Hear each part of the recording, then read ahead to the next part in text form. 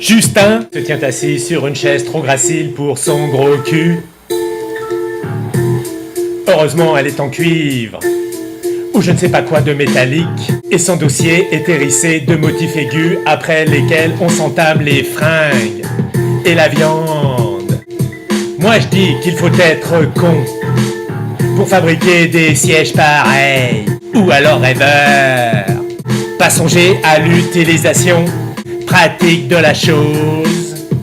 Si tu perds le vu le fonctionnel des objets, il démissionne. Fatal. Donc Justin est assis, il a gardé son veston, sa cravate imprimée, il a gardé ses chaussettes et ses targettes, n'a ôté que son pantalon et son caleçon long. Style DSK. Les deux gisent sur le plancher où ils continuent de se raconter leur misère commune. Les paix de Justin, ses hémorroïdes, ses mictions bâclées.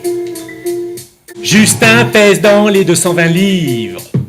Son dos, tu dirais, un panneau d'affichage électoral. Presque pas de cou, une tête grosse, comme un casque de salon de coiffure, avec sur le dessus, luttant contre l'émaillage d'une calvitie rose, des tifs queues de vache, soigneusement plaqués à la sécotine. Se tient bizarrement assis Justin, un genou à Paris, l'autre à Lyon. Entre les deux assises, sur ses talons, Mirella, la flamboyante, est en train de lui tailler une pipe avec un bruit de restaurant à prix fixe napolitain. Au moment des spaghettis,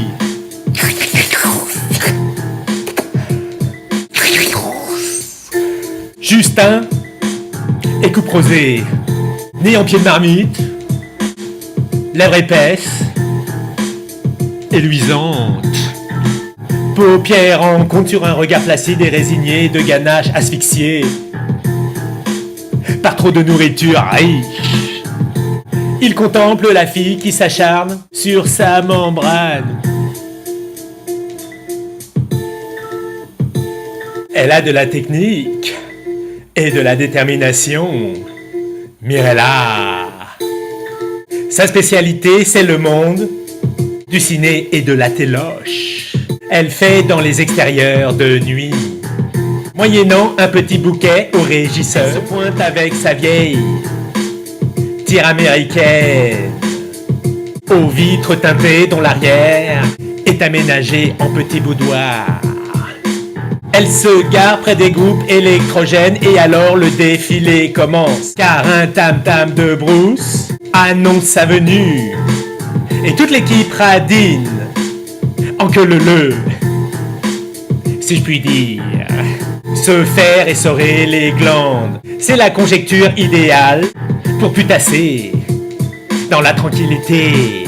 Ces hommes qui traversent des périodes de désœuvrement, qui biberonnent, se racontent des histoires de miches en attendant leur tour d'œuvrer. Tu parles comme ça, leur dit de se faire éblouir le panais. À part le réalisateur survolté, tout le monde vient jeter sa gourmette, comme dit Beru. Il lui arrive même parfois, en fin de nuit, de brouter la script et les maquilleuses. Mirella, elle est tout terrain, la rouquine. Tant qu'à faire se déplacer, faut affurer un max. C'est logique, non? En fin de parcours, le sol est devenu glissant autour de sa guinde.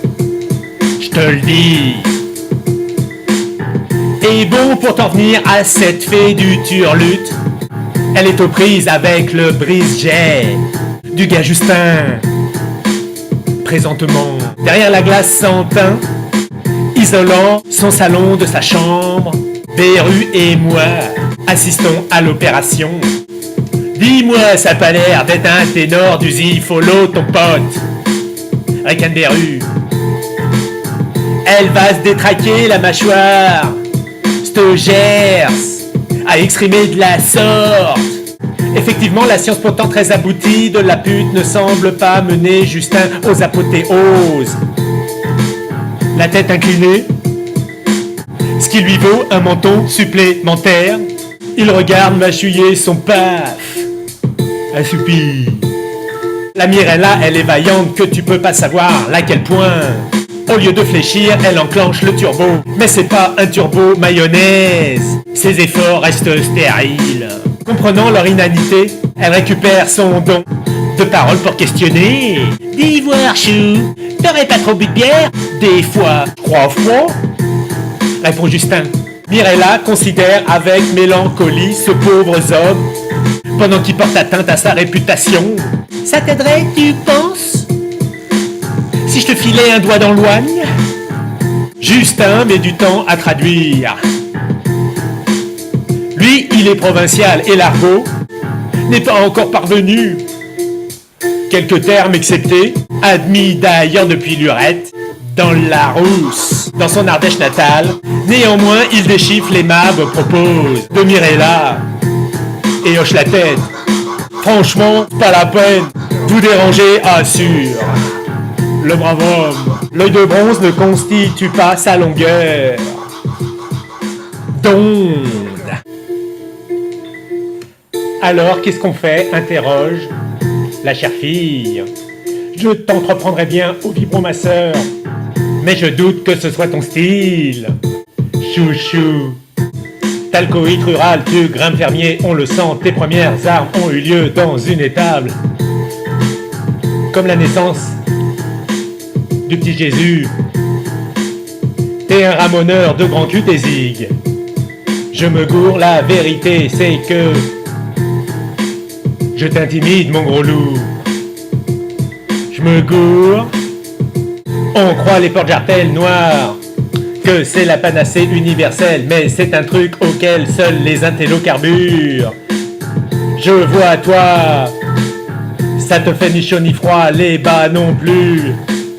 T'aimes le gros linge honnête, celui qui fait des plis aux miches et qu'on rabat comme des volets.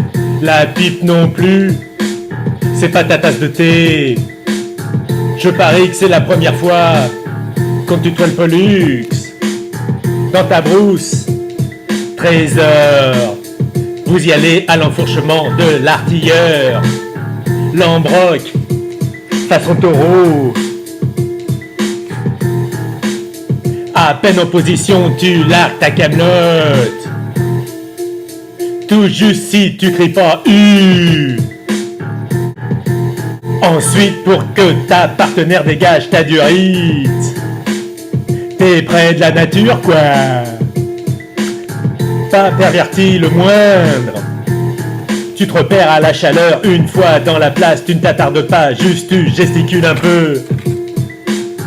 Du darjo. Et tu sèmes à tout ventre. La pèse n'a plus qu'à se démouscailler le joufflu. Question panard, pour elle c'est la tringle. Chez vous autres les nabus, vous ne faites pas l'amour, vous vous reproduisez. La baise mon grand, c'est un art. C'est un art.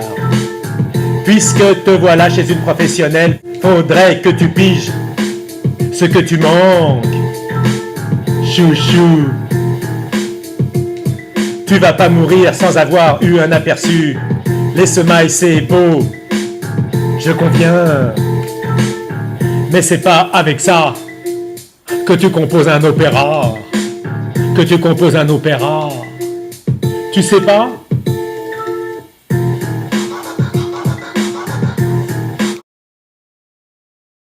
Ça t'aiderait, tu penses? Si je te filais un doigt dans l'oigne?